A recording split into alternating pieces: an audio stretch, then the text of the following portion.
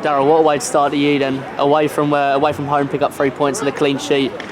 That's a great way to start, isn't it? No, definitely. And the performance means more as well to me. And I know I say this all the time and it might sound boring, but I generally feel that if you perform well, you've got a better chance of winning the game of football. And we can, looking at the game now, I think we probably should have won by more than the one goal. Our performance today was really, really good. And when it was only 1-0 and we had to defend properly, we defended properly. We didn't panic. We did things right. I think you can see how the teams learned from recent experiences, like against Gillingham, where we stayed calm and defended the box properly. And I thought Macca coming on as well for the set pieces helped us at the end of the game.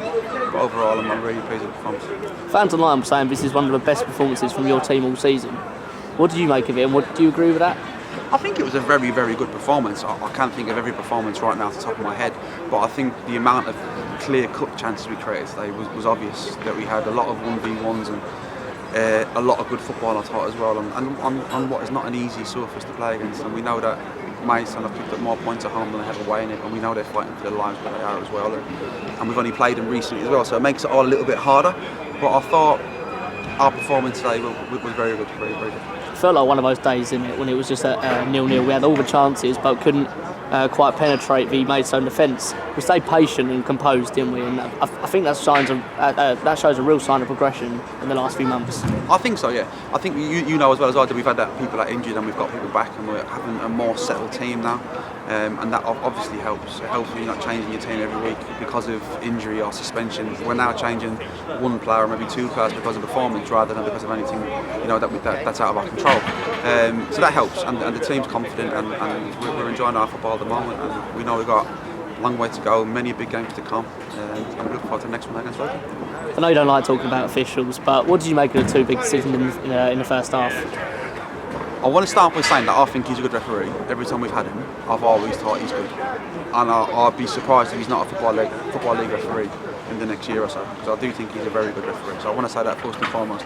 And the first goal with Josh Walker scored, I can see why it's given as offside, even though I don't think it is offside. I can see why, if they're not 100% certain, why they've erred on the side of the defending team, which is what everyone does.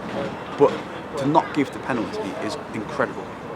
It's absolutely incredible how you've not given that as a penalty.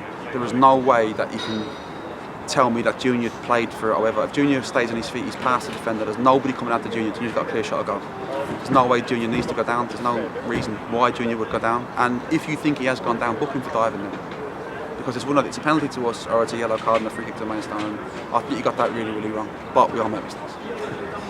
Well, let's talk about more of a positive then. That goal to make it 1-0. That was a brilliant move, wasn't it? Yes, we've spoken about that Maidstone defend really narrow, and we've looked at having our wing backs really high and wide and trying to hit diagonal balls from our outside centre backs into our wing backs high. And I thought it was a great ball from Josh here, first and foremost, who hit a couple of fantastic balls today, I thought, across that diagonal pass across the pitch.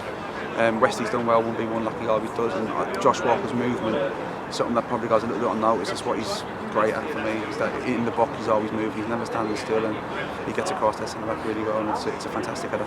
Then after Gillingham, we spoke about our away support this year, and I thought honestly today was the best one we've seen and heard from this year. They really just helped us on, didn't they? Yeah, they're amazing today. I think they were absolutely terrific, and I've said this to you before when we've travelled. I know we spoke before about the highlights 2022, and the things that come to my mind straight away is them away games at Southend and stuff like that. When you go away from home and you have a big backing, and I thought they were awesome, so I'm proud, and we're glad we got the win for them as well. Just finally then, we're level on points for the playoffs with games in hand. I know it's very early, but we're in a great position, aren't we?